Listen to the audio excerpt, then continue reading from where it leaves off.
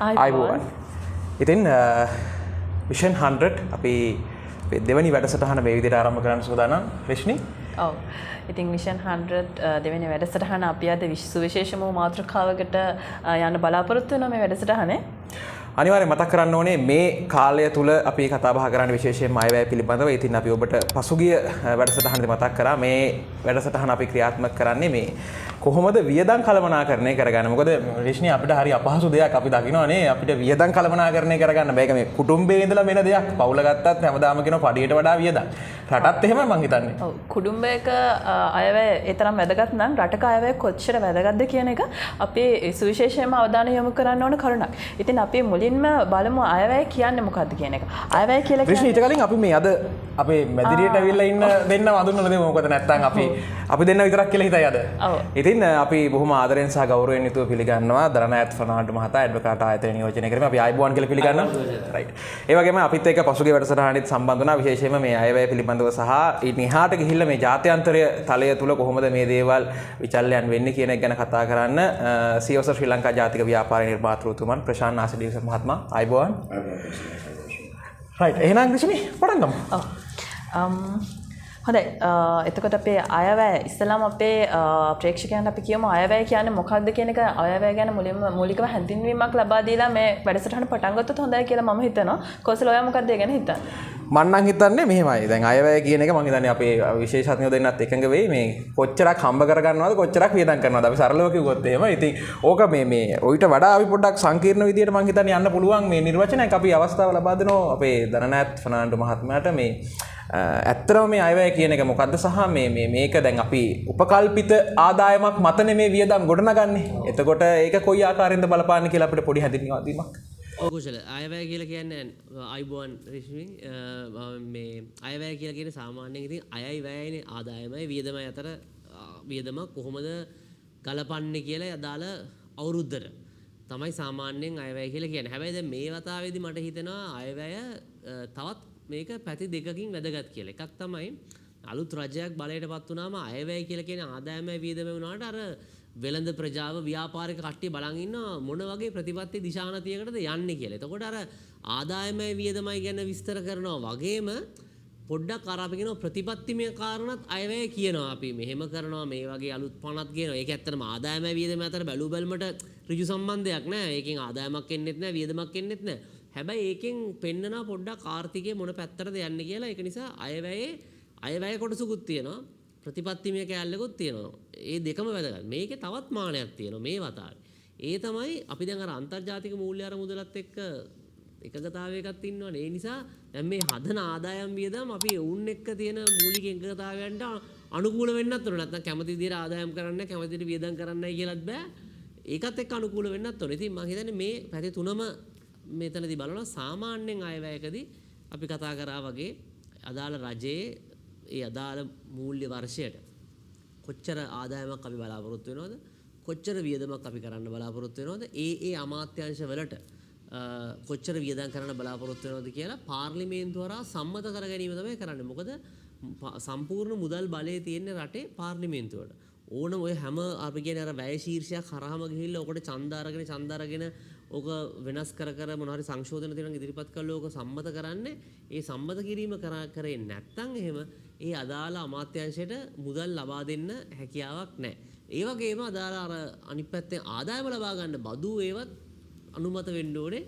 එහෙම වුණොත් තමයි රජයට බලය හිමි වෙන්නේ ආදායම ලබා ගන්න. මොකද අපි මේකේ ව්‍යුහය අපි මූලික સિદ્ધාන්ත අමතක කරන්න ඕනේ. පාර්ලිමේන්තුව කියලා කියන්නේ ජනතාව බලය දීලා තියෙනවා අපි වෙනුවෙන් නීති සම්පාදනය කරන්න. එතකොට ඒ ජනතාවගේ බලය තමයි යෝන් පාවිච්චි කරන්නේ නැවත වරක් ජනතාවගේම මුදල් එකතු කරගන්න. ඒ නිසා ඒ ජනතාවගෙන් දීපු බලය හරහා ඕන් එක ජනතාවගේ අනුමැතිය විදියට තමයි ඔය සම්මත වීම සැලකෙන. කියන ජනතාව අනුමැතියක් දෙනවා. හරි. ඕගොල්ලෝ කියන දේවල්ට අපි වියදම් කරන්න අපි අනුමැතිය දෙනවා. ඒ වගේම ඕගොල්ලෝට අවශ්‍ය වියදම් සපුරා ගන්න අපෙන් ආදායමකුත් අය කරගන්න අපි බලය දෙනවා. ඒක තමයි මේකේ මූලික સિદ્ધාන්තය. ඉතින් මේ ප්‍රශාන්ත මම මේ පොඩක් දැනගන්න කැමතියි. දැන් අපි සාමාන්‍යයෙන් ගෙදරක වුණත් හැමදාම තාත්තා ණය නම් ඉතින් ණයකාරයෝ ඇවිල්ලා ඉල්ලනවා නම් අපේ ණය දෙන්න කියලා හැමදාම අපි කියනවා නම් හෙට දෙන්නම් අනිද්දා දෙන්නම් ලබන මාසේ පඩියෙන් දෙන්නම් කියලා. දැන් අවුරුදු 70 ගාණක්ම අපි මේ කතා කරන මේ හැම පාලන ක්‍රමයක් ඇතුළේම අපිට තිබ්බේ මේ ණයක්. ඒ කියන්නේ හිඟයක්. අපි වියදම් කරනවා ආදායමට වඩා. මම හිතන්නේ අවස්ථා කිහිපයක විතර අපිට අපේ පොඩ්ඩක් අර ධන ශේෂයක් වෙන විදිහට අපිට ආයෙ හම්බුනේ. ඒතකොට දැන් මේ වියදම් කිරීම ඇතුළේ මේක ඇයි මෙච්චර අපිට කරගන්න බැරුනේ සහ ලෝකේ ධනවත් කියලා නැත්නම් අපි ප්‍රාර්ථනා කරන ජීවත් වෙන්නේ අපි කියන්නේ අයියෝ අපි මේ රටේ ඉපදුනා නම් හොඳයි ධනවත් රටවල් සාමාන්‍ය මිනිස්සු සතුටින් ඉන්න රටවල් වල කොහොමද මේක කරගත්තේ? කියන්නේ ඒගොල්ලෝ කොහොමද මේ වියදම් කළමනාකරණය කරගෙන මේ ඉස්සරහට ආවේ නැත්නම් කොහොමද මේ භාවිතාව? ප්‍රථම ස්තුතියි යාලි මේ වැඩසටහනට හැඳවීම ගැන සහ ධනනාටත් ස්තුතිවන්ත වෙනවා අපි සමග එකතු වීම ගැන. විශේෂයෙන්ම කියන්න අවශ්‍යයි මේ අයවැය තුලදී ශ්‍රී ලංකා ඉතිහාසය අපි ගිය සැරේත් කතා කරා මම හිතන්නේ අවුරුදු 77ක් අයවැයක් ඉදිරිපත් කරලා තියෙනවා. 76න් 4ක් විතරයි ධනශේෂයක් තියෙන අයවැයක් ඉදිරිපත් වෙලා තියෙන්නේ. මේක ගොඩක් ආර්ථික විද්‍යාඥයන් ඉස්සෙල්ලා ඉඳන්ම කියනවා මේ ලංකාවේ නැති මුදලක් වියදම් කරනවා. අපිට දරා ගන්න බැරි මුදලක් වියදම් කරනවා විතරක් නෙමෙයි අපි බලාපොරොත්තු වෙන ආදායම ලැබෙන්නෙත් නැහැ. ඒ මෙතන තියෙන්නේ උපකල්පනයනේ.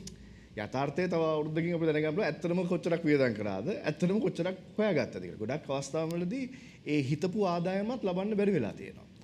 අධිදක්ෂේරුවක් කරලා තියෙනවා. අපිට මෙහෙම කරන්න පුළුවන්. අපි මේ බදු ගාන මෙහෙම ගන්නවා නැත්නම් අපි අපනායන මෙහෙම වැඩි වෙන්නට යනවා. අර නිකන් දේශපාලන වේදිකාවේ කියන කතාවල් පාර්ලිමේන්තුවේදීත් කියලා මෙහෙම වෙනවා කියලා කිව්වම එතකොට තියෙන අයවැය හිඟේ තවත් වැඩි වෙනවා. දැන් මේ සැරේ අයවැය හිඟේ රුපියල් ට්‍රිලියන 2ක්. ඒ ගැන අපි හිතන්න අවශ්‍යයි. මේක අපිට දරා ගන්න පුළුවන්ද? ඉතින් මම හිතන්නේ ගොඩක් වෙලාවට හැබැයි ධනවත් රටවල් දැන් මම හිතන්නේ ජපානයේ සහ ඇමරිකාවෙත් ඔවුන්ගේ ඍණශේෂයක් තියෙනවා. නමුත් ඔවුන්ගේ ආර්ථිකයේ තියෙන වත්කම් සහ ඔවුන්ගේ අපනයනය ඔවුන්ගේ දේවල් ආර්ථිකයේ ශක්තිමත් පදනමක් තියෙන නිසා ඒක දරා ගන්න පුළුවන්. ඒකට ගියර් මාරු කරන්න පුළුවන් ඒක අවශ්‍ය නැහැ. අපිට මේ ආර්ථික බංකොලොත්භාවයෙන් ගොඩ එන අවස්ථාවේදී සහ තවමත් අපේ ආදායම් සීග්‍රෙන් වර්ධනය වෙලා නැති අවස්ථාවේදී අය අවදානම වැඩි. ඒක නිසා කොහොමද මේ කළමනාකරණය කරන්නේ? ප්‍රධාන වශයෙන් අපිට අපේ වියදම් අඩු කරන්න සිද්ධ වෙනවා. නමුත් ඊට වඩා අපේ ආදායම් වැඩි කරගන්න සිද්ධ වෙනවා. ඉතින් මම හිතන්නේ පසුගිය රජයෙන් බදු පිළිබඳව යම්කිසි ප්‍රගතියක් ලබා ගන්න පුළුවන් වුණා. නමුත් ඊට එහා අපි යන්න අවශ්‍යයි. ඒ විතරක් නෙමෙයි අපේ නිෂ්පාදන ආර්ථිකය වෙන්න පුළුවන්, අපේ ආර්ථිකයේ අපනයන වැඩි කිරීම වෙන්න පුළුවන්. ඒ වගේ දේවල් වැඩි වෙන්නට අවශ්‍යයි. ඒ සඳහා පැහැදිලි ක්‍රියාමාර්ගයක් ක්‍රියාත්මක වෙයි කියලා බලාපොරොත්තු වෙන මේ රජය තුළ නෝන් විවිධ අදහස් තියෙනවා. ඔවුන්ගේ ඉලක්ක ගැන ගොඩක් අපිට පැහැදිලි. නමුත් ඉලක්ක සපුරාලන ආකාරය පිළිබඳව තවමත් ප්‍රශ්නාර්ථ තියෙනවා. එක වෙලාවක ආදායම ගැන අපි අද කතා කරන්නේ. නමුත් එක වෙලාවක මම හිතන්නේ වැඩිම ආදායමක් ලබන්න බලාපොරොත්තු වෙන්නේ නව වාහන තීරු බදු වලින් ලබා ගන්න බලාපොරොත්තු. ඔව්. ඉතින් ඒ වගේ දේවල් ගැන ඒක කරන්න පුළුවන්ද? එහෙම වෙයිද? එතකොට ඔය මොනවද කියන්නේ ඉන්ටර්නැෂනල් ඩොලර්ස් ලංකාවට ගෙන එක පරිභෝජන සේවා ලබා දීම පිළිබඳව. එතනින් වෙන දේවල්. ඒක ලබා ගන්න පුළුවන්ද? දැන් මේ මිනිස්සු එකඟ වෙයිද මේකට? නැත්නම් ආයේ අනීකృత විදියට හෝ වෙනම ක්‍රමයකට මුදල් ලංකාවට නොගෙන ඉන්න ක්‍රමයක් තියෙයිද? ඒ වගේ ප්‍රශ්නාර්ථයක් තියෙනවා. ඒක නිසා මේ හිඟ වැඩි වෙන්න තියෙන ඉඩ කඩ වැඩි. ඒව කළමනා කරගෙන අව්‍යයදම් අඩු කරන්නට අවශ්‍යයි. ආදායම් වැඩි කරගන්න අවශ්‍යයි. ඒ සඳහා ජනතාවත් දැන් මොවුන්ට අභියෝග කරන්න ඕනේ. හේතුව ඒල ඔය ට්‍රිලියන 2 ණය අපේ දරුවන්ට හිමි වෙන ණය. දේශපාලන රජයන් පැමිණේ යයි. හැබැයි දරුවන්ට ට්‍රිලියන 2 මිලියන 7500ක් මන්ද පෝෂණයට දෙන එක ගැන අපි සතුටු වෙනවා. නමුත් ට්‍රිලියන 2ක් අපේ දරුවන්ට ණයද තියෙනවා. එතනත් වගවීමක් අපි ඇති කරන්න ඕනේ. මේක ලෙස්සිලා යන්න දෙන්න බෑ. ගොඩක් වෙලාවට පහුගිය අවුරුදු 10 ඇතුළත අපි වගවීමක් ඇති කරේ නැති නිසා ඔහේ වියදම් කරා කෙටි කාලින දේශපාලන පොරොන්දු මත ආර්ථිකයක් මෙහෙව්වා දර්ශනයක් තිබුණේ නැහැ. ඒක නිසා අද අපි සාපේ දරුවන් දුක් විඳිනවා. ඒක වෙන්න දෙන්න බෑ. රයිට් මිෂ්නි මේ බජට් එක ගැන මතක් කරද්දි මතක් කරනවා මේ මම හිතන්නේ මේ දත්ත හරිය අපි උපුටා ගන්නේ මේ BBC මාධ්‍ය ජාලයෙන් මතක් කරොත් හරිය මේ 2025 වසර සඳහා වැය ශීර්ෂයේ රුපියල් බිලියන 400කට වඩා වැඩි බිලියන 400කට වඩා අමාත්‍යාංශ 5ක් තියෙනවා. මිෂ්නි මතක් කරමුද අපි මේ පහ? ඒ අතරින් වැඩිම මුදලක් මේවර වෙන් කිරීමට යෝජනා කරලා තියෙන ජනාධිපතිවරයා යටතේ ඇති මුදල් ක්‍රම සම්පාදන සහ ආර්ථික සංවර්ධන අමාත්‍යාංශයට. ඉතින් ඒ රුපියල් බිලියන 714ක්. ඉතින් ඒත් එක්කම තව සෞඛ්‍ය හා ජනමාධ්‍ය අමාත්‍යාංශය, රාජ්‍ය පරිපාලන පළාත් සහ පළාත් පාලන අමාත්‍යාංශය, ඒ වගේම ප්‍රවාහන මහා මාර්ග වරාය සහ සිවිල් ගුවන් සේවා අමාත්‍යාංශය සහ ආරක්ෂක අමාත්‍යාංශයට ඇතුළත් වෙනවා. ඉතින් බිලියන 400කට වැඩි අමාත්‍යාංශ පහ තමයි මම ඒ සඳහන් කරේ. එතකොට මේ අමාත්‍යාංශ වලට මේ තරම් මුදලක් ඒගොල්ලන් මෙතන මුදලක් යොමු කරලා තියෙනවා. ඒක ඒ ඇත්තටම කළමනාකරණය කරන එක කියන්නේ කළමනාකරණයේදී මේ මුදල මේ විදිහට යොමු කරලා තියෙන එක ඒක ප්‍රමාණවත්ද සහ ඒ ප්‍රමාණවත් වීම අඩුද වැඩිද කියන එක ගැන අපි කතා කරමු. අනිවාර්යයෙන් මම දැන් අපි ධනනාත් එක්ක මේ ගැන පොඩ්ඩක් කතා කරන්න සූදානම්. දැන් අපි සාමාන්‍යයෙන් ගෙදර පඩි ගත්තට පස්සේ හදනවානේ පුතාගේ ක්ලාස් එක. අත්‍යවශ්‍ය වියදම් ටිකක් තියෙනවා. මොනවද? පුතාගේ ක්ලාස් එක, දුවගේ නැටුම් පන්තිය, ගෙදර කෑම, මගේ වාහනේට තෙල්, මගුල් ගෙදරක් තියෙනවා නම් මගුල් ගෙදරට 5000යි. ඔන්න ලිස්ට් එක. ඒ මොකද අපි බලනවා මේ මාසෙ තුල අපිට තියෙන මූලික වැඩ ටික මොකක්ද? රටකට උපකල්පනය කරනවා අපි යම්කිසි නියදියක් අරගෙන පරීක්ෂා කරලා විද්‍යානුකූලව වෙන්න ඕන මේ අමාත්‍යාංශ වලට මූල්‍ය ලබා දීම් කරද්දී කරන්න ඕනේ. ධනනාත් දකින විදියට මේ වෙන් කිරීම ඇතුලේ එහෙම විද්‍යාත්මක ස්වභාවයක් තියෙනවද සහ මේ ඇයි මේ අමාත්‍යාංශ පහට මෙච්චර වැය ශීර්ෂයක් වෙන් උනේ? කුසල මට හිතෙන විදිහට අපි අවබෝධ කරගන්න ඕන දේ තමයි අපිට මෙතන සෙල්ලම් කරන තියෙන ඉඩ ඉතාමත්ම අඩුයි. දැන් සරලව මම හිතන කෝෂල කලින් වතාවදිත් කතා කරන්න නැතේ අපි ඒක මේ බිලියන ට්‍රිලියන හැමෝම ඇමතිවරුත් පටලවා ගන්න අපි මේක සරලව ගමුකෝ. අපේ ආදායම රුපියල් 5යි.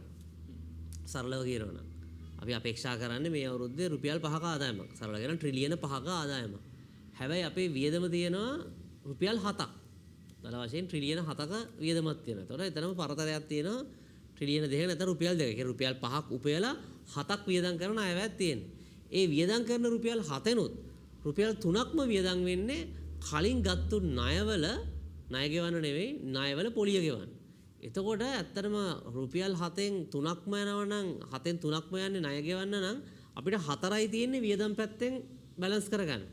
ආදායමට සාපේක්ෂව ගත්තොත් එහෙම. ඒ කියන්නේ රුපියල් 5ක ආදායමක් හම්බෙලා ඒ ආදායමෙන් රුපියල් 3ක්ම යනවා ආයි පාරක් ණයවල පොලිය ගෙවන්න. එතකොට ආදායමට සාපේක්ෂව ගත්තොත් එහෙම රුපියල් 2යි තියෙන්නේ සෙල්ලම් කරගන්න. එතකොට අපිට තියෙන ප්‍රමාණය ඉතාමත්ම අඩුයි මුලින්ම. දෙවෙනි එක තමයි වියදම් වලින් ගත්තත් අපි ඉතින් සාමාන්‍යයෙන් කරන්නේ ආරක්ෂක අමාත්‍යාංශයට අධ්‍යාපනයට සෞඛ්‍යයට තමයි වැඩිපුර වියදම් කරන්නේ. ඉතින් ඒවයිත් තියෙන ප්‍රශ්න තමයි ඒවයිත් ගොඩක් තියෙන අපි කියන පුනරාවර්තන වියදම්. මේ ඇවිල්ලා එදිනෙදා යන වියදම්. ඒ කියන්නේ එහෙම මේ අපි කියන්නේ හිතලා මතලා දෙයක් කරන්න අපි කියන ස්ට්‍රැටජිකලි කරන්න පුළුවන් දේවල් වල වියදම් නෙවෙයි. අපේ ගොඩක් තියෙන්නේ පඩි නඩි ගෙවීම සඳහා යන අපි ඒ නඩත්තු කිරීම සඳහා යන විදුලි බිල් අපි කියන්නේ පුනරාවර්තන රිකරන්ට් එක්ස්පෙන්ඩිචර් කියලා කියන්නේ දැන් ඕනම ආයතනයක් කරද්දී අපිට ප්‍රාග්ධන වියදම් දෙනවා අපි මොනවා හරි අලුතෙන් දෙයක් හදනවා නම් එහෙම කරනවා අන්න පොඩි කැපිටල් එක්ස්පෙන්ඩ් අලුතෙන් කම්පියුටරයක් ගමු අලුතෙන් මෙහෙම කරමු අරම කරමු කැමරාවක් ගමු අලුතෙන් සිස්ටම් එකක් දාමු එතකොට තමයි මේක වැඩේ හොඳට දුවන්නේ. එහෙම නැත්නම් අපි හැමදාම එන සල්ලි ඔක්කොම ටික කියන්නේ එදිනෙදා වියදම් වලට නම් අපිට අලුත් දෙයක් කරගන්න අමාරුයි. දැන් ගෙදරකුණත් එහෙමනේ අපිට හැමදාම ලැබෙන ආදායම අපි කියන පේචෙක් ටු පේචෙක් ජීවත් වෙනවා කියලා. හැමදාම ලැබෙන ආදායම යන්නේ කෑමටයි බීමටයි එදිනෙදා සාමාන්‍යයෙන් නඩත්තු වියදම සඳහා නම් අපිට පොඩ්ඩක් අර ලොකු දෙයක් කරගන්න අමාරුයි නේ. ගියක් හදනවා හරි මොනවා හරි දෙයක් මොකද ප්‍රාග්ධන වියදම නැහැ. හැමදාම හම්බ වෙනවා අපි කියන කාලා බීලා ජීවත් වෙනවා කියලා. කාලා බීලා ජීවත් වෙන්න පුළුවන්. නමුත් එතනින් එහාට දෙයක් ඉතින් අපේ එකේ තියෙනෙත් මෙහෙමයි. ඉතින් අර රිෂ්නිසා ඔයාව ප්‍රශ්න උත්තරේ තමයි ඔව් ඉතින් අපේ සාමාන්‍යයෙන් අධ්‍යාපනයට සෞඛ්‍යයට ටිකක් මුදලක් වෙන් කරන්න ඕනේ. ජනාධිපතිතුමාගේ වැය ශීර්ෂයටත් යම්කිසි මුදලක් වෙන් කරලා තියෙනවා. ඉතින් මම හිතන්නේ ජනාධිපතිතුමාගේ වැය ශීර්ෂය සෑහෙන පසුගිය රජයන් වලට සාපේක්ෂව අඩු කරා. නමුත් ඒ මුදල් හා ක්‍රම සම්පාදනයේ යටතේ තමයි තවත් මුදල් අමාත්‍යාංශය යටතේ තියෙන ප්‍රධාන වියදම් තියෙන්නේ. ඒක නිසා විය යුතුයි. ඒක යම්කිසි ප්‍රමාණයකට උඩට ඇවිල්ලා තියෙන. නමුත් දැන් ඔය අපි ගත්තොත් ආරක්ෂක අංශය වගේ ඒවයි බොහෝ තියෙන්නේ පඩි නඩි යුනිෆෝම් ඒ වගේ අත්‍යවශ්‍යම දේවල්. ඉතින් ඒක නිසා ඒක අඩු කරන්න මේ එකපාරට ඒ කියන්නේ අඩු කළ යුතුයි මම හිතන්නේ අනිවාර්යයෙන්ම අඩු කරන්න ඕනේ. හැබැයි ඒ අපි කියන්නේ ආරක්ෂක අංශ ටික රයිට් සයිස් කරලා එකපාරට කපන්න කියලා බජට් එක අඩු කරන්න ඉඳලා එහෙමනොත් පඩි ගෙවා ගන්න බැරි වෙනවා. එතකොට ඊට වඩා ප්‍රශ්නයක්. ඉතින් ඒක නිසා ඒක ක්‍රමයෙන් තමයි අඩු කරන්න ඕනේ. ඒකට කලින් වතාවේදීත් යෝජනාවක් තිබුණා. අපේ ආරක්ෂක අංශ නිසි පරිදි කොහොමද කරන්න කියලා අපි ඕකට එක යෝජනාවක් තිබුණා. ඒක සමහර කට්ටියව රිසර්ව් කාඩ් එකකට දාමු කියලා. ඒ කියන්නේ දැන් අපේ ඉන්න විශාල පිරිසක් ඒ හැමෝම නඩත්තු කරනවා කියන එක විශාල වේදම. මොකද උන්ට යුනිෆෝම් දෙන්න ඕනේ, කැම්ප් බීම දෙන්න ඕනේ. අනිත් එක මේ ඉන්නේ හොඳට අපි කියන්නේ හයිය හත්තිය තියෙන අපේ ශ්‍රම බලකායට වැඩිපුර දායකත්වයක් දෙන්න පුළුවන් කට්ටිය තමයි බැරක්ක වලට සාමාන්‍යයෙන් අපි කියන ආමියකට සීමා වෙලා ඉන්නේ. ඉතින් උන්ටත් අවස්ථාවක් තියෙනවා. උන්ට ඇත්තටම එළිය ගියා නම් ඔය ආමියකේ ලැබෙන මුදලට වඩා වැඩි මුදලක් උපයා ගන්න පුළුවන් පිරිස් තමයි සමහරට එතන ඉන්නේ. ඒතර අපි උන්ට දීමනාවක් දෙනවා. අපි කියන ඔයගොල්ලෝ රිසර්ව් කාඩ් එක. ඒ නිසා උන්ට යම්කිසි මුදලක් ගෙවනවා රිසර්ව් කාඩ් එකේ ඉඳිද්දි. අපි කියන රිටේන් එකක් කියලා. යම්කිසි ඒතර උන්ටත් යම්කිසි දිරි දීමනාවක් තියෙනවා. යම්කිසි මුදලක් හම්බ වෙනවා. ඒ වගේම උන්ට එළියට ගිහිල්ලා වෙන රැකියාවක් කරන්නත් පුළුවන්. ඉතින් එතකොට දෙපැත්තරම වාසි. ආණ්ඩුව පැත්තෙන් ගත්තොත් එහෙම යාගේ අපි කියන්නේ පඩිවල බිල යම් කිසි ප්‍රමාණයකට අඩු වෙනවා. අර වැඩ කරන කෙනා ගත්තොත් එයාටත් වාසි. එයාට ආණ්ඩුවට යම් කිසි මුදලක් හම්බ වෙනවා. එයාට අවස්ථාවක් හම්බ වෙනවා. වෙන කොහේ හරි ගිහිල්ලා වැඩි කරලා වැඩිපුර මුදලක් හොයාගන්න. රටටත් වාසි. මොකද ශ්‍රම බලකායට දක්ෂතාවයේ හැකියාව තියෙන හයිය හත්තිය තියෙන මිනිස්සු ශ්‍රම බලකායට එකතු වෙනවා. ඉතින් ඒක අර වින් වින් විදියට නැත්තම් අපි කාට හරි එකපාරට ගෙදර යන්න කිව්වොත් එහෙම කරොත් මේ ප්‍රශ්නේ වැඩි වෙනවා. ඉතින් ඕක තමයි ඔතන තියෙන අභියෝගය. වියදම් මං හිතන්නේ හරි. නමුත් මේ තියෙන ඉඩ ප්‍රමාණය හරිම අඩුයි අපිට සෙල්ලම් කරන්න තියෙන. ඔව් මම හිතන්නේ රශ්මී දනනාත් මතු කරපු කාරණාවත් එක්කම දැන් මේ කියවුන එක අමාත්‍යාංශයක් මේ ගොඩේ නැහැ. මං හිතනවා රිෂ්නිටත් ඒක ගොඩක් බලපානවා. මොකද අපි හැමෝම අපි කියන්නේ මේ සමහරු කියනවා මම මරණකම් උගන්වන්න එක නවත්තන්නේ නැහැ කියලා. හැබැයි අපි කියන්නේ අපි මරණකම් ඉගෙන ගන්න එක නවත්තන්නේ නැහැ. එතකොට රටේ අධ්‍යාපනයට බර කරනවා කියන්නේ මං හිතන්නේ ඒක අද දකින්න ප්‍රතිඵලයක් නෙමෙයි. තව අවුරුදු කිහිපයකින් දකින්න ප්‍රතිඵලයක්. අපි දන්නවා දැන් ICT ෆීල්ඩ් එකේ කියන්නේ තොරතුරු තාක්ෂණය සම්බන්ධව ඉන්දියාව දැන් මුළු ලෝකෙම යටපත් කරගෙන ඉස්සරහට එනවා එකින් එක. මොකද ඒගොල්ලෝ ගොඩක් රටත් එක්ක මේ ෆීල්ඩ් එක අපි ඉස්සරහට අරන් යන්න ඕනේ. අපි ඉන්දියන්ස්ලා තමයි IT ෆීල්ඩ් එකේ ඉස්සරහට එනකොට ලොකු විෂන් එකක් එක්ක ඉස්සරහට එනවා. තාම හැබැයි අපේ යන් ජෙනරේෂන් එකට එහෙම විෂන් එකක් හරි සිලෙක්ටඩ් ඒරියා එකක් නැහැ. එහෙමත් තියෙදි දැන් මේ අධ්‍යාපනය සම්බන්ධව මම හිතනවා අගමැතිතුමියගේ අමාත්‍යාංශේ. නමුත් මේ ලොකු හැන්දකින් බෙදිලා නැහැ. ඉතින් මේ ප්‍රශාන්ත මේ අධ්‍යාපනය ගැන කතා කරද්දී ඇයි අපි හැමතිස්සෙම අර මේ එළවලු බෙදන හැඳි වලින් අධ්‍යාපනයට බෙදලා බත් හැන්දෙන් ආරක්ෂාවට එහෙම බෙදන්නේ මොකක්ද ඒ පුරුද්ද? හොඳ ප්‍රශ්නයක්. නමුත් මෙතන වෙලා තියෙන එකක් මම නම් විශ්වාස කරන අනිවාර්යයෙන්ම ආරක්ෂක අංශයේ වියදම් වේදානාත් කියපු ක්‍රමයට නිර්මාණශීලී වෙන්න පුළුවන්. නව දේශපාලන සංස්කෘතියක් තුළ මේ වගේ ජනතා ප්‍රසාදයක් ඇති රජයකට මම අවංකව බලාපොරොත්තු වෙනවා මීට වඩා නිර්මාණශීලී වෙලා ආරක්ෂක අංශයේ දැන් මෙතන තව බිලියන 12කින් වැඩි වෙලා අනිත් පැත්තට ගිහිල්ලා තියෙනවා. කොහොමද එහෙම වුනේ කියලා මට ප්‍රශ්නයක් තියෙනවා. කොහොමද මේක අපිට පුළුවන් ඔය රිසර්ව් කාඩ්ස් ගොඩක් රටවල කරනවා යුද්ධයකට පස්සේ දැන් අවශ්‍ය නැහැ මෙච්චර අය රිසර්ව් කාඩ් එකට තියාගන්න යම්කිසි මුදලක් ගෙවනවා සහ ඒගොල්ලොට සමහරක් වෙලාවට මාස 6ක පඩිය දීලා ඒක ප්‍රාග්ධන ආයෝජනයක් කියලා දීලා ව්‍යවසායකත්වයට යන්න දෙන එකත් අපිට වාසි. සහ මේ තරුණයන්ට විශාල දෙයක් කරන්න පුළුවන් රටට. එක වෙලාවකට අපිට අවශ්‍ය වුණේ යුද බිමේ රණවිරුව. දැන් අපිට අවශ්‍ය වෙන්නේ ආර්ථිකයේ විරුව. නව ව්‍යවසායකින් ආර්ථිකයට පණ ගේන්න අලුත් නිපැයුම් නිෂ්පාදනය කරන්න සමහරක් අයට ඩිජිටල් තාක්ෂණය හරහා ඉස්සරහට යන්න මේ අය තාම තරුණ ඒකට පුළුවන් ඒවා අවබෝධ කරගෙන අලුත් දේවල් නිර්මාණය කරන්න. ඉතින් එතන අපිට අවස්ථාවක් අහිමි වුණා. එතනින් අඩු කරලා අධ්‍යාපනයට වැඩි කිරීමක් කරන්න පුළුවන්. තවමත් මම දන්න විදිහට ලංකාවේ පාසල් වලින් 400ක විතර තාම ගලා යන ජලය නැහැ. right? වැසිකිලි පහසුකම් නැති පාසල් තියෙනවා අපේ. ඒ සමගම ඉංග්‍රීසි ගුරුවරුන්ගේ අඩුවක් තියෙනවා. ගොඩාක් ප්‍රශ්න තියෙනවා අධ්‍යාපන ක්‍රමය තුළ. මේ අධ්‍යාපනයේ සල්ලි ඉල්ලන්නේ දැනටමත් ඉස්තරම් අධ්‍යාපනයක් තව නවීකරණය කරන්න නෙමෙයි. අවුරුදු 20ක් 30ක් විතර පසුපස ඉන්න අධ්‍යාපන ක්‍රමයක් නවීකරණය කරන්න මේ දැන් ලෝකෙ තියෙන අවම තත්වයට හරි ගේන්න අපි ක්‍රියාත්මක වෙන්නට ඕන. අපේ දක්ෂ ගුරුවරුන් ඉන්නවා. නමුත් ඔවුන්ට සහයෝගය මදි. තාක්ෂණය පාවිච්චි කරනවා මදි. ඇතැම් පාසල්වල කම්පියුටර් ලැබ් එකක් නැහැ. තියෙන පාසල්වල කම්පියුටර් ලැබ් එක ලොක් කරලා දාලා ප්‍රින්සිපල්ගේ ලාච්චුවේ. ඉතින් මේවා නිවැරදි කරන්නට අවශ්‍යයි. දරුවන්ට මීට වඩා ඉතින් මේවා ගැන අපි ඉක්මනට ක්‍රියාත්මක වුනේ නැත්තම් හිතවල මොනවාරි තීරණයක් ගත්තත් ඕක ක්‍රියාත්මක කරන්න අපේ රටේ වෙලා යනවා. දැන් මේ අය වෙන තීරණයක් කරා මාර්ගෝපදේශනයක් දුන්න නම් තව අවුරුදු 2-3කින් හරි මේ වගේ දේවල් ක්‍රියාත්මක වෙන්න තියෙනවා. සා අධ්‍යාපනයේ අනිත් ප්‍රශ්න අපි නොදකින්න ප්‍රශ්න ඇවිල්ලා වේදම් කරන ප්‍රමාණය අඩු වුණත් ඒකත් වියදම් වෙන්නේ නැහැ. කාර්යක්ෂම සේවයක් සිදු වෙන්නේ නැහැ. ලැබෙන මුදල් ගොඩක් වෙලාවට නිසි ආකාරයෙන් ක්‍රියාත්මක වෙන්නේ නැහැ. සමහරක් තැන් වලින් චෝදනා තියෙනවා එතනත් දූෂණයක් තියෙනවා කියලා. කාර්යක්ෂමතාවයක් තියෙනවා. මේවා ගැන විගණනයක් කරන්නට ඕනේ. ඉතින් මම ඒක විශ්වාසයි ඒ සමගම අධ්‍යාපනයට වැඩි කරන්නට නම් research and development ගවේෂණය සඳහා වැඩි කරන්නට අවශ්‍යයි. කොහොමද අලුත් සම විවිධ රටවල් විශේෂයෙන්ම ඉංග්‍රීසි අධ්‍යාපනය දියුණු කරන්න කරපු දෙයක් මම දැක්කා. චීනයේ සහ ජපානයේ වගේ රටවල් ඒගොල්ලෝ තමාගේ රට තුල ගුරුවරුන් හිඟයක් තියෙනවා නම් වෙන රටවල් වලින් හරි ගෙනල්ලා ආයෝජනයක් කරා.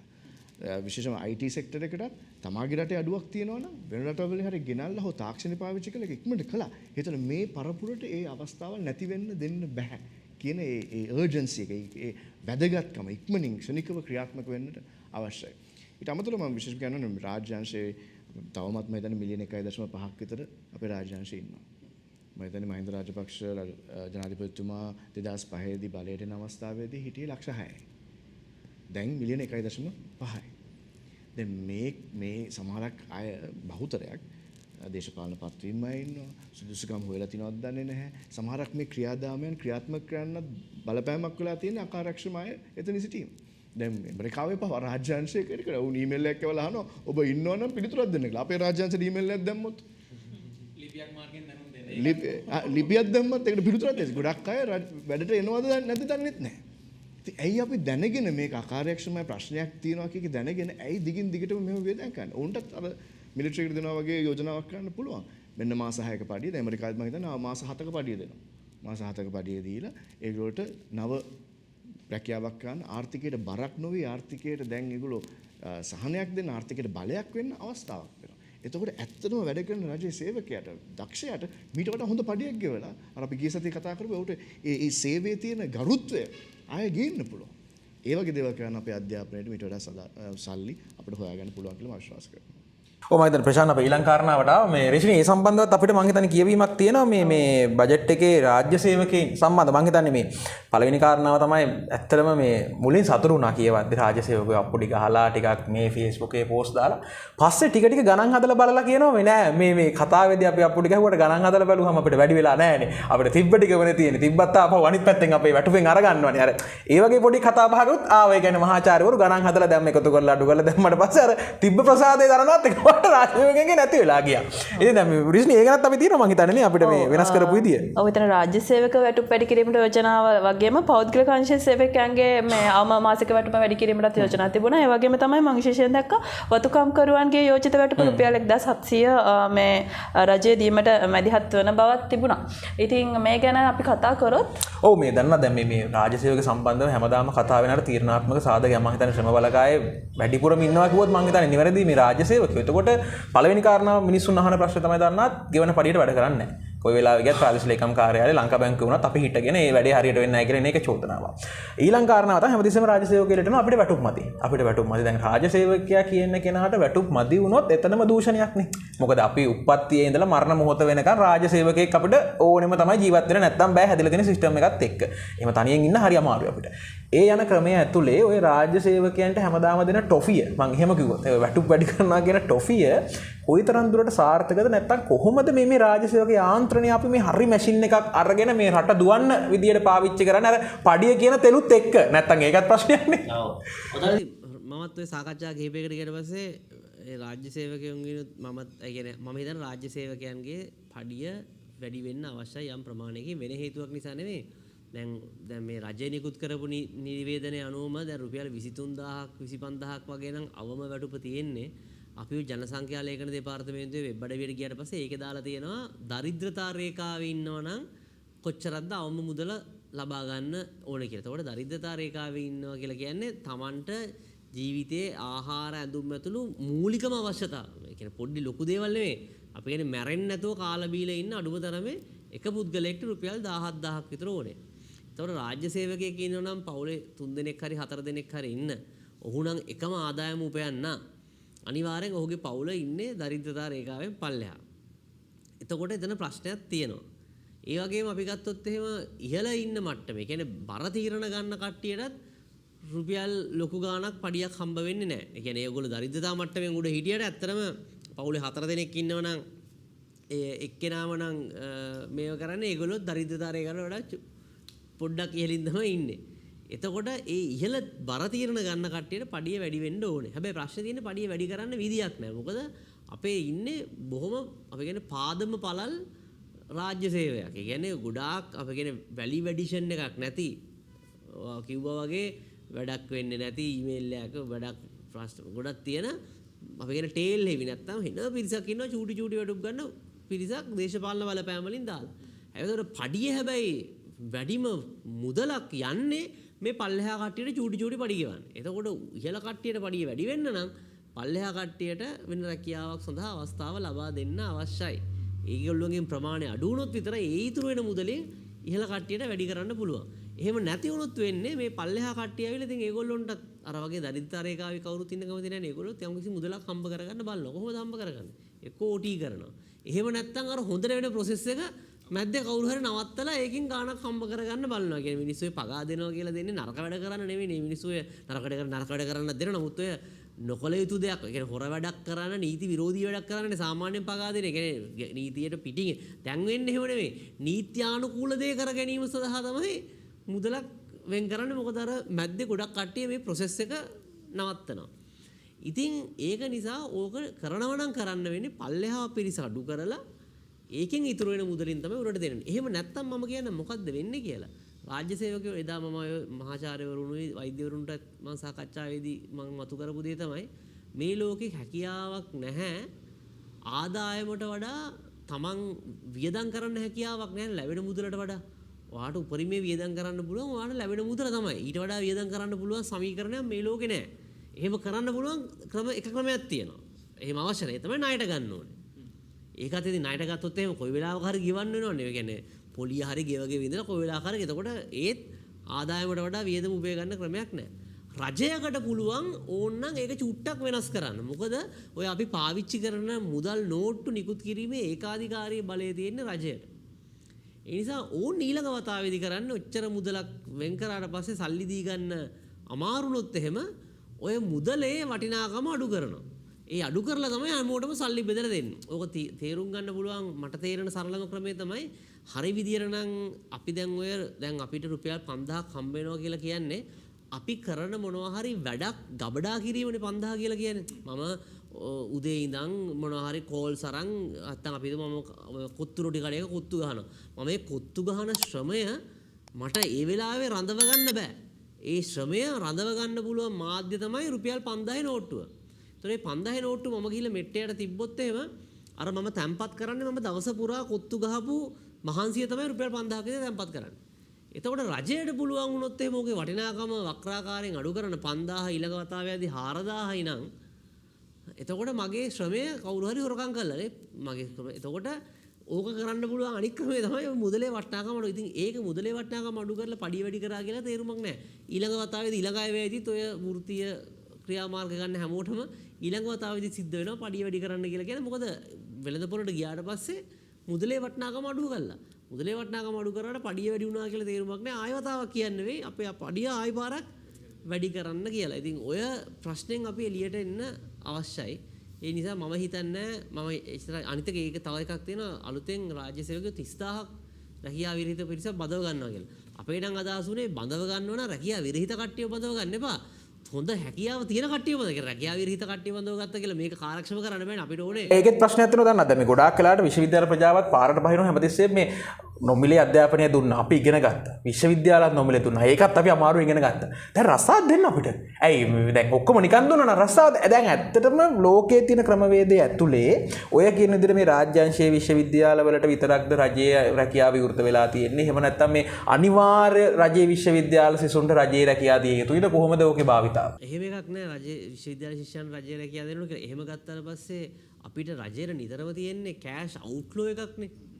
I think හැමදාම මේ කියන්නේ ඉපදිච්ච වෙලාවේ ඉඳන්ම ඉස්කෝලේ යද්දිත් රජයේ සල්ලි ඒ කියන්නේ රජයට කෑෂ් අවුට්ෆ්ලෝ. ඊට පස්සේ විශ්වවිද්‍යාලවලත් ආයෙ වාර රජයට කෑෂ් අවුට්ෆ්ලෝ. ඊට පස්සේ විශ්වවිද්‍යාලේ මහාචාර්යතුමාට ගවන්න ආයෙ රජයට කෑෂ් අවුට්ෆ්ලෝ. ඊට පස්සේ රැකියාවකුත් දෙනවා. රැකියාව දුන්නාට පස්සේ රැකියාවට පඩිත් කියනවා ඒකත් රජයට කෑෂ් අවුට්ෆ්ලෝ. ඊට පස්සේ රැකියාවෙන් ඉවත් වුණාම විශ්‍රාම වැඩුප කියනවා ඒකටත් රජයට කෑෂ් අවුට්ෆ්ලෝ. ඉතින් ඔහොම ගත්තට පස්සේ රජය හැමතිස්සෙම අර මිනිස්සයා මුල ඉඳන් අග වෙනකම්ම රජය වියදම් කරලා විතරයි. යම් කිසි සේවයක් සපයනවා වෙන්න පුළුවන්. නමුත් රජය පැත්තෙන් ගත්තොත් හැමතිස්සෙම වියදමක්. එහෙම නෙවෙයිනේ. හරි විදිහට නම් රජයෙන් එළියට ඇවිල්ලා මේ මිනිස්සයා වෙන මොනවා හරි මේ අපි කියන්නේ ඵලදායී දෙයක් කරලා ඒකෙන් බදු ආදායමක් හරි විදිහට නම් රජයට ගෙවන්න ඕනේ. අර කලින් කරපු වියදම පියව ගන්න.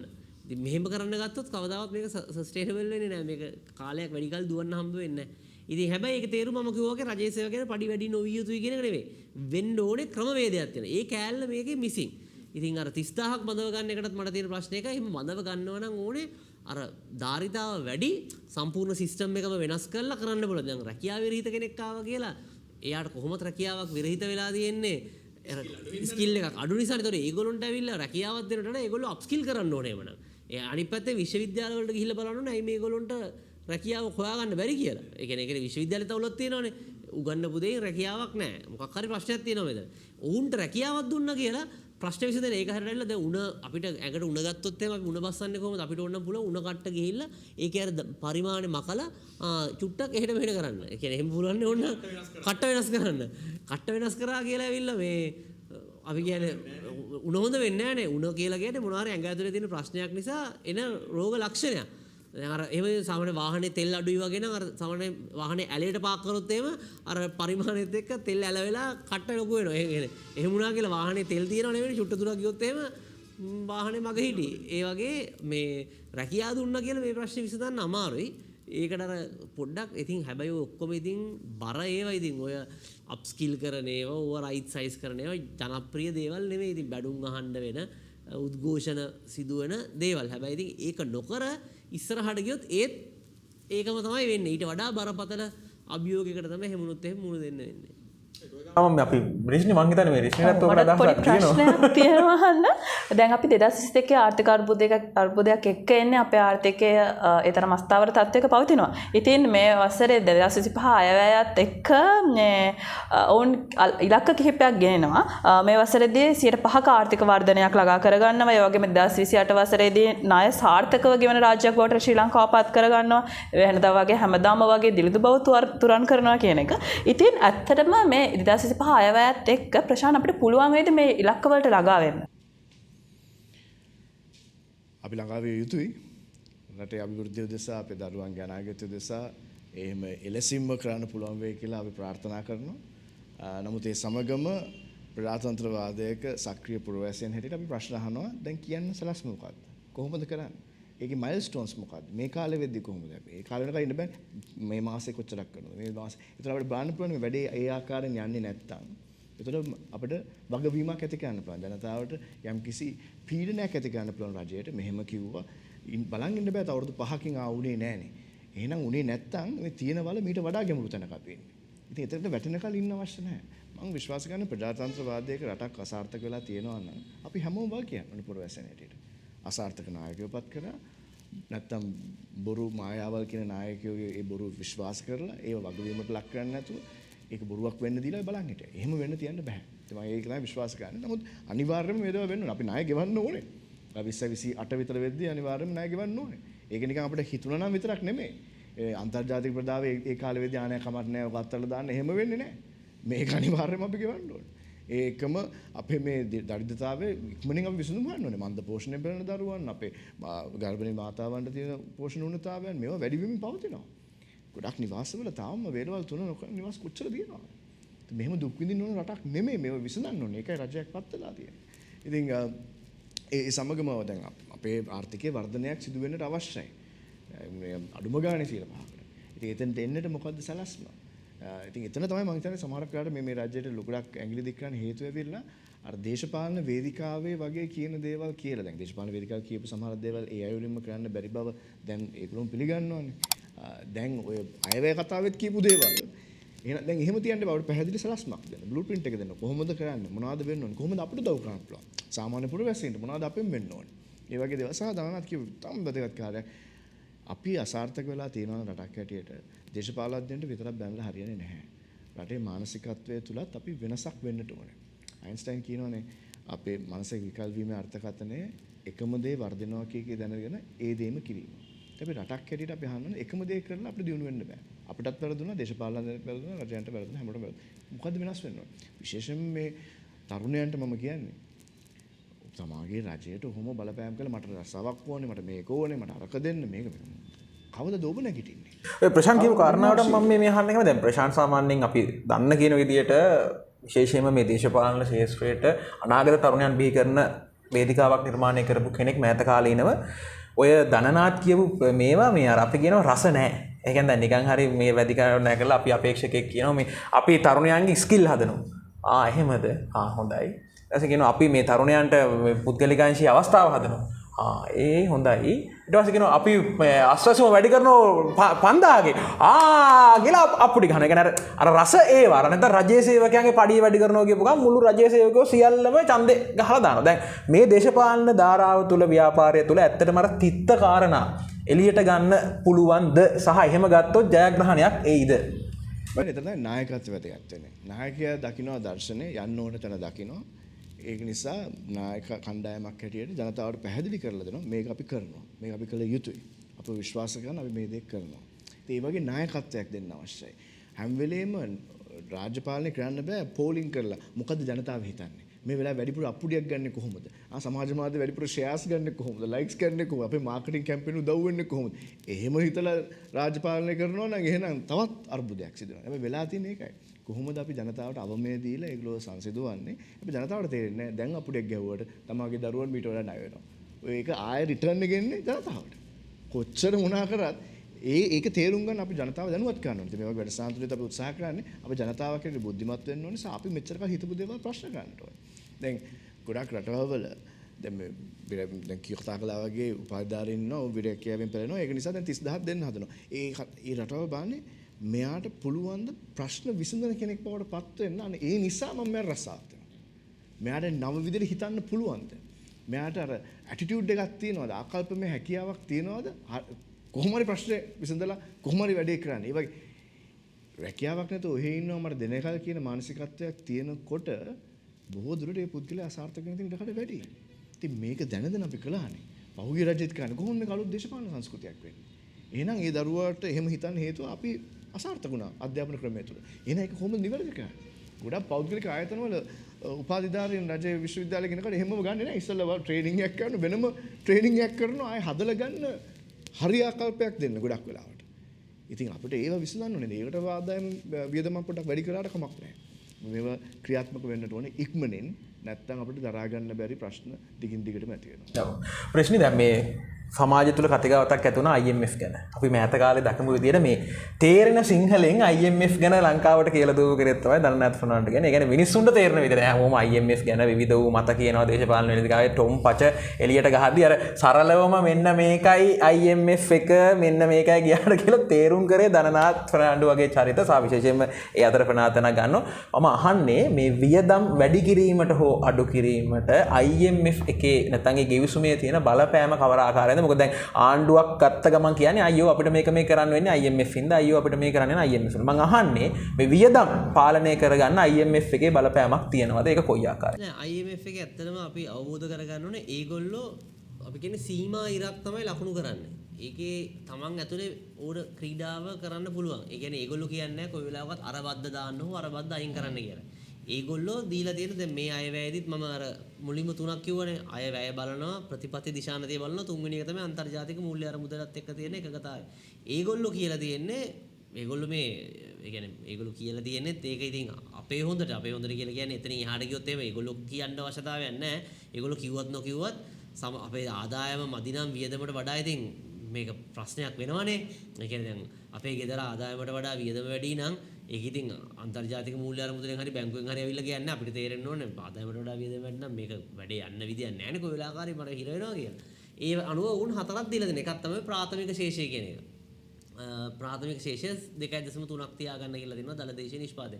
ප්‍රාථමික ශේෂය කියලා කියන්නේ 아무තු දෙයක් නෙවෙයි. ඉතින් සරලව කියනවා නම් අපේ ආදායමේ සහ වියදම අතර පරතරය ගත්තට පස්සේ මේ වියදමේ තියෙන ලොකු කෑල්ල පොලිය. මම කිව්වේ අර ආදායම 5ක් වුණාට වියදම තියෙනවා කියලා 3ක්ම පොලිය අමතක කරොත් එහෙම අඩුම තරමේ ආදායම වැඩි වෙන්න ඕන වියදමට වඩා. පොලිය කෑල්ල අයින් කරාම. පටලවා ගන්න එපා. මේ ණය නෙවෙයි කියන්නේ ණයවල පොලිය. පොලිය ඉවත් කරොත් එහෙම ආදායම ප්‍රමාණවත් වෙන්න ඕනේ වියදමට වඩා. මොකද පොලිය තමයි ලොකුම කෑල්ල. හැබැයි ඒක නිකම් ප්‍රමාණවත් වෙන්නත් බෑ. ඒක අඩුම ගානේ අර දලදේශීය නිෂ්පාදනයට සාපේක්ෂව 2.3කට තියෙන්න ඕන කියලා අන්තර්ජාතික මූල්‍ය අරමුදල කියලා තියෙනවා. මේ අයවැයෙන් පුරෝකථනය කරලා තියෙන විදිහට ඒක අපි සපුරලා තියෙනවා. දෙවෙනි එක තමයි අපේ ආදායම. වුන් කියලා තියෙනවා අපේ ආදායම තියෙන්න ඕන දල වශයෙන් 15.1කට අපේ දලදේශීය නිෂ්පාදනයට සාපේක්ෂව ඒකත් සපුරලා තියෙනවා. මේ අයවැය දෙකක් සපුරලා නැහැ. එකක් තමයි අපේ අයවැය පරතරය. අන්තර්ජාතික මූල්‍ය අරමුදල කියලා තියෙන්නේ 5.3ක්. අයවැය පරතරය තියන්නේ කියලා දලදේශීය නිෂ්පාදනයට සාපේක්ෂව. නමුත් දැන් ওই ට්‍රිලියන 2ක් කියන එක නැත්නම් රුපියල් 2 කියලා අපි අර්ථකථනය කරේ. ඒක ඇවිල්ලා 6.7ක් වෙනවා.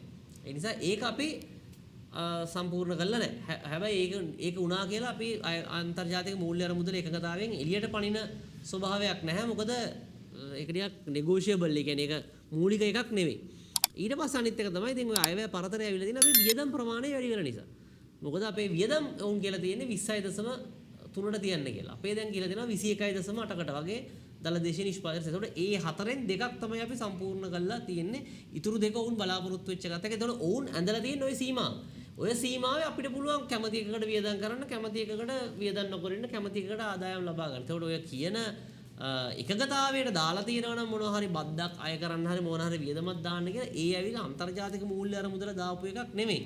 ඒ ඇවිල්ලා එකඟතාවය අනුව දාපු එක. දැන් අපි බැංකුව ගිහලා ණයක් ගනිද්දි බැංකුවෙන් දෙනවනේ පොඩි ඩොකියුමන්ට් එකක් මෙච්චර කාලෙකදී මේක ගෙවන්න ඕනේ මේක මෙච්චර වාරිකයක් ගෙවන්න කියලා. ඒ වාරිකය ඇවිල්ලා ඒ ගිවිසුමේ දැම්මට ඒක බැංකුවේ ලෙටර් හෙඩ් එකේ ආවට ගිවිසුම අහන්න කලින් අපි දෙන්න අතර සාකච්ඡාවක් කරනවා අහනවනේ ඔයාගේ පඩිය කීයද? ඒ පඩිය අනුව මෙච්චර වාරිකයක් ගෙවන්න පුළුවන්ද? ඒ වාරිකයේ ප්‍රමාණය පඩියෙන් ලැබෙන මුදලෙන් කොච්චර ප්‍රතිශතයක්ද? ඒ ඔක්කොම අපි දෙන්න කතා කරලා ඔයා කියන අම්බෝ එතකොට අවුරුදු 3කට දාන්න එපා හැලා ලීස් එක ඔක අවුරුදු 4කට දාමු. එතකොට තමයි මට බැලන්ස් කරගන්න පුළුවන්. අවුරුදු 5කට දාමු. මම නැත්තම් මේකේ ඩවුන් පේමන්ට් එක කොච්චරට වඩා මම ටිකක් වැඩිපුර ගෙවන්න නැත්තම් ඩවුන් පේමන්ට් එක අඩු කරමු. ඔහොම කියලා ඔක්කොම ස්ට්‍රක්චර් කරලා තමයි ඩොකියුමන්ට් එකක් එන්නේ. ඩොකියුමන්ට් එක ආවට පස්සේ ඔයාට හැසිරෙන්න බෑ නිකන් ගහෙන් පාත්තුනා වගේ මෙන්න මේකට අවුරුදු 4ක් දාලා මේකට අවුරුදු මෙන්න මේ ඩවුන් පේමන්ට් එක මෙච්චරක් දාලා එහෙම ඩොකියුමන්ට් එකේ තිබ්බට ඩොකියුමන්ට් එකට දාන්න කලින් ඔයා තමයි කිව්වේ මේක අවුරුදු 4කින් ගෙවන්නම් කියලා. ඩොකියුමන්ට් එකේ එන්නේ බැංකුවේ ලෙටර් හෙඩ් එකේ. එහෙම වුණා කියලා ඒක බැංකුව දාපු කොන්දේසියක් නෙවෙයි. ඉතින් අන්තර්ජාතික මූල්‍ය අරමුදලත් ඔය එකඟතාවයේ ඇවිල්ලා රජය සහ ඒ දෙපාර්ශ්වය එකඟ වෙලා තමයි. ඉතින් ඒකනේ අර සමහර ඒවා ඉවත් උනේ. ධනබද්ධ කියලා එකක් තිබ්බ ඒක ඉවත් වුණා. අපි කිව්වා අපිට ධනබදු දාන්න බෑ. ප්‍රශ්නයක් නෑ. වර දාන්න බෑ නම් දාන්න එපා.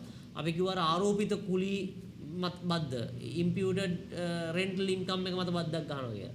අපි ගොඩ ඒක දාන්න මම දැන් ප්‍රශ්නයක් නෑ. වර දාන්න බෑ නම් දාන්න එපා.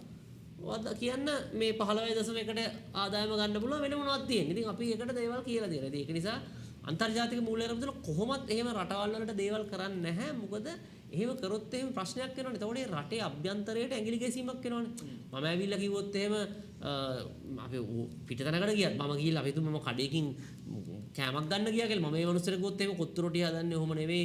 ඕකට මෙහෙම දාන්න මේ ඔහොම කියලා මට ඒක කියන්න බෑ. මම ඒ කොත්තු රොටිය කියන සෑහීමකටපත් වෙන්න නැත්නම් මට පුළුවන් ඔයාගේ කොත්තු රොටි මම කන්නේ වෙන කඩේකින් කොත්තු රොටි ගන්න. මට කොත්තු වාස්තු ගන්නන්න බෑනේ මේ වායින් එන්නේ මම තමයි මේක එහෙම කරන්න එහෙම හැකියාවක් නැහැ. ඉතින් ඒක නිසා හැබැයි ඒ රාමුව ඇතුලේ කරන්න පුළුවන්. ඒ රාමුව ඇතුලේ කොත්තුවට සතෙක් වැටෙනවා නම් මට එතකොට කියන්න පුළුවන් මේ බලන්න මේක සෞඛ්‍ය ආරක්ෂිත නෑ කියලා. නමුත් මට ඇවිල්ලා කොත්තුව ගහන්න යන්න ඒව කරන්න බෑ. මට ලුණු පොඩ්ඩක් අඩුවෙන් දාන්න, එළවලු ටිකක් වැඩියෙන් දාන්න කියලා. නමුත් මට තැටි ආරං කොත්තු ගහන්න මට බෑ. ඉතින් ඒක නිසා ඒ රාමුව ඇතුලේ තමයි මේක සිදු වෙන්නේ. ඉතින් අන්තර්ජාතික මූල්‍ය අරමුදලට කොන්දේසි දැම්ම කියලා කියන එක මම හිතන්නේ ඒක තරම්ම නිවැරදි නෑ. නමුත් එකගතාවයක් ඇවිල්ලා තියෙනවා. ඕගොල්ලෝ මෙන්න මේ ඉලක්ක හරහා යන්න ඕනේ. ඔවුන් ඒක හදලා තියෙන්නේ ඉලක්ක හරහා ගියොත් තමයි ණය යම් කිසි ප්‍රමාණයකට ස්ථාවර වෙන්නේ. ඒ වගේම අර විදේශ රටවල් වලින් ලැබෙන සහයෝගය අරගෙන තියෙන්නේ ඒ එකඟතාවයේ මත. ඉතින් ඒ එකඟතාවයේ මත තමයි අපි හැමෝම යන්නේ. දැන් අපිත් එහෙමනේ. අපි බැංකු ලෝන් එකක් ගනිද්දි ඒ එකඟතාවයේ මත අපි බැංකුවට ගෙවනවා.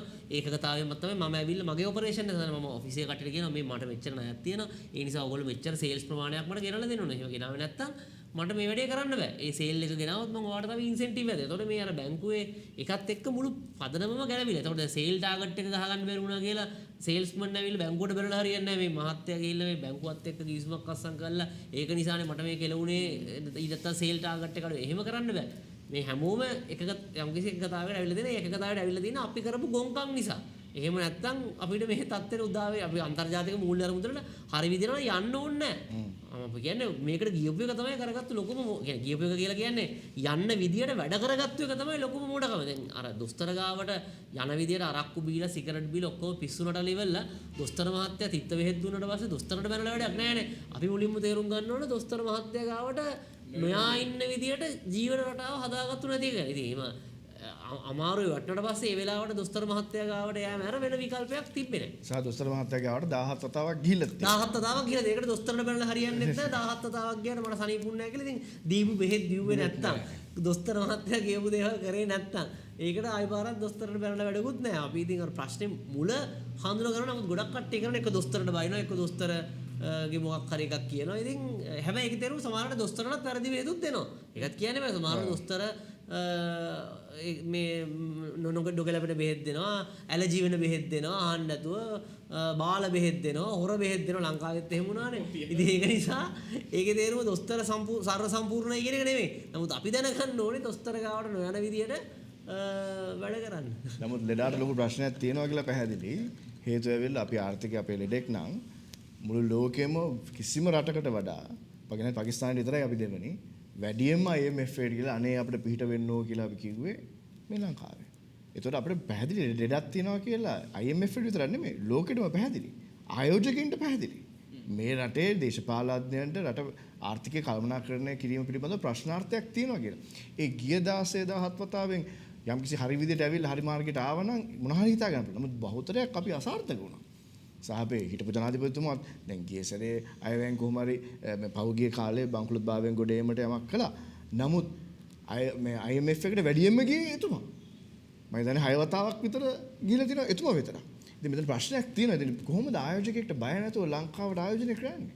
මම ගොඩක් ශ්‍රී ලාංකිකයන්ට කතා කරනවා ලංකාවේ හැර ගිහලා ඉන්න ශ්‍රී ලාංකිකයන්ට ආයෝජනය කරන්න පුළුවන් අයට. අපි රටට ආදරේ. අපි කැමති මිට වඩා ආයෝජනය කරන්න. නමුත් බයක් තියෙනවනේ මේක කොයි වෙලාවෙ ගැස්සෙයිද කියලා. ඒ විනයක් තියෙනවා කියලා විශ්වාස ගන්න බෑනේ. මේගොල්ලෝ හැංගීම්බර අයවැය ඇති කරනවා මිනිස්සුන්ට අටක දෙන්නම් මේක දෙන්නම් කියලා කියනවා. මේගොල්ලෝ ප්‍රධාන ප්‍රශ්න වල විසඳුමක් නැහැ. ඉතින් අපි ආයෝජනය කළා රට බංකුලොත් උනන් මොනවද කරන්නේ?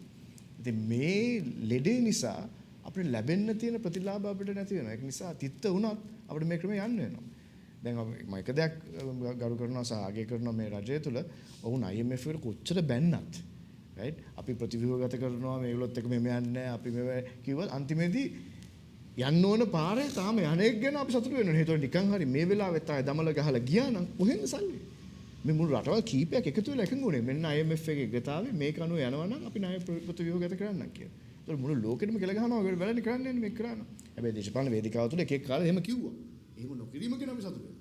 මම හිතන්නේ රජයේ ප්‍රධාන ජයග්‍රහණයක් වෙලා තියෙන්නේ තිබුණු වැරදි අදහස් වලින් අයින් වෙලා කළ යුතු දේ මේ අවස්ථාවේදී ප්‍රායෝගික කිරීම. ඒ ගැන අපි ජනාධිපතිතුමාට ස්තුතිවන්ත වෙනවා. හොඳයි කියන්න ඕනේ රෂිනි. ඒකින්ද ඇත්තටම මේ කාරණා කිහිප ඇත්තටම හිතන්නේ අගමැති ජනාධිපති පුද්ගලික වැය ශීර්ෂ අඩු වෙලා තියෙනවා. ඊට පස්සේ සභානායක කාර්යාලවල ඒ තියෙන වැය ශීර්ෂ ගොඩක් අඩු වෙලා තියෙනවා. වැටුප්පතින් ඇමතිලාට වාහන ගෙන්නන්න. ඒ වගේ ඇත්තටම මේ හොඳ කාරණා තියෙනවා. ඒකින්ද අපි හොඳ ළමයා කියලා අපි ලකුණකුත් දෙනවා. හරි ලකුණකුත් දාලා තරුවකුත් දීලා. ඒවා හොඳයි. හැබැයි දැන් මේ තාම යන්නේ අර කලින් ජනාධිපතිවරයෙක් කිව්වනේ මොකද්ද මම යන්නේ වැල් පාලමක වීදුරු වලින් හදලා තියෙන බබෙක් අතර දීලා ඒ වගේ ඒ සිටුේෂන් එක තාම තියෙනවා මං හිතන්නේ. ඒක නිමවටපත් වෙලා නැහැ. ඉතින් රිෂ්නි ওই විදිහට අපි අද දවසේ සාකච්ඡාව කරගෙන ආවා. දැන් මං හිතන්නේ අපිට වෙලාව හරි අද දවසේ නිමවටපත් කරන්න අපේ දෙවෙනි සාකච්ඡාවට. ඉතින් අද අපි සාකච්ඡාවට මදුන් කරේ මේ වියදම් කොහොමද කළමනාකරණය කරගන්නේ සහ සත්‍ය වශයෙන්ම මේ වියදම් අපි කරන්න අවශ්‍යද කියන කාරණාව. සහ විශේෂයෙන්ම IMF ගැන මං හිතන්නේ දන්නාත් මහත්තයා අර මම කියපු කාරණාවට උදාහරණ දෙමින් හරි ලස්සනට පැහැදිලි කරා. ඕනම නොතේරෙන කෙනෙක්ට වුණත් මේ වීඩියෝ එක බලනවා නම් මේ IMF එකේ බලපෑම මොන වගේද තියෙන්නේ කියලා අපිට දැනගන්න පුළුවන්. ඒ කියන්නේ දේශපාලන වේදිකාවේ කියන කතා නෙමෙයි. විශේෂයෙන්ම අපි ඔබෙන් ඉල්ලා සිටිනවා මේ වගේ විශේෂඥ දැනුම තියෙන කෙනෙක් කියන කාරණාවන් පිළිබඳව අවධානය යොමු කරන්න කියලා. එහෙනම් ඉතින් අද අපි නිමවටපත් කරනවා. විශේෂයෙන් ස්තුතිවන්ත වෙනවා ධර්නාත් ෆර්නාන්ඩෝ මහත්මයාට ඇඩ්වොකේට් ආයතනය නියෝජනය කරමින් අද දවසේ අපි ආරාධිතයෙක් විදිහට සම්බන්ධ වෙලා. මොකද අර අපිත් තියෙන ලෙඩේට හරියම දොස්තර මහත්මයානේ ගෙන්නනවා. ඉතින් ඒකින්ද අපිත් අපේ වැඩේට බජට් එක ගැන කතා කරන හරියම පුද්ගලයා ගෙන්නවා. ඒ වගේම තමයි ප්‍රශාන්ත ආසඩීවසර් මහත්මයා. ඉතින් බොහොම ස්තුතියි. මම හිතන්නේ ඔබතුමා විශේෂයෙන්ම මේ ජාත්‍යන්තර ප්‍රජාව පිළිබඳව සහ ලංකාවේ මේ නව තරුණ නායකත්වයක් බිහි කරන්න දරන උත්සාහයේදී ඔබතුමාගේ දර්ශනය නිරන්තරයෙන් අදගත් වෙනවා මේ සාකච්ඡාවට. එහෙනම් රශ්මි ඉතින් ස්තුතියි මාත් එක්ක මගේ අසරට ගත්තට. අද අපි වැඩසටහන නිමා කරන්න තමයි යන්නේ. ඉතින් තවත් මේ වගේ වැඩසටහනකින් අපි ඉදිරියේදී හමු වෙමු නේද? අනිවාර්යෙන් අපි ඊළඟ වැඩසටහනින් හම්බෙන්නේ මේ ආදායම් කොහොමද ගන්න කියලා. මොකද දැන් ලොකුම ප්‍රශ්නයක පඩියට වඩා වියදම් කරලා එතකොට අපිට අමතර ආදායමක් හොයාගන්න. අපි ඊළඟ සාකච්ඡාවෙන් බලන්නේ කොහොමද රටේ ආදායම් වර්ධනය කරන්නේ. ඉතින් මතක් කරනවා අපි ඔබගේ නිවසට එනවා, ඔබගේ අතට දෑතට එනවා, ඔබගේ ජංගම දුරකථනයට ලැප්ටොප් පරිගණකයට වෙන්න පුළුවන්. අපේ YouTube නාලිකාව, Facebook නාලිකාව හරහා බලන්න, subscribe කරලා තියාගන්න, like කරන්න, යාළුවෙක්ට share කරන්න. ඒ වගේම ඔබේ අදහස දෙන්න සහ මේ වගේ අපි කතා කරන්න ඕන විෂයන් තියෙනවා නම් ඒ පිළිබඳවත් අපිට කමෙන්ට් එකක් කරලා ඔබේ අදහස ලබා දෙන්න කියන ඉල්ලීම කරමින් අද දවසේ අපි සමු ගන්නම්. එහෙනම් බොහොම ස්තුතියි. සුවදායක සතියන්තයක්.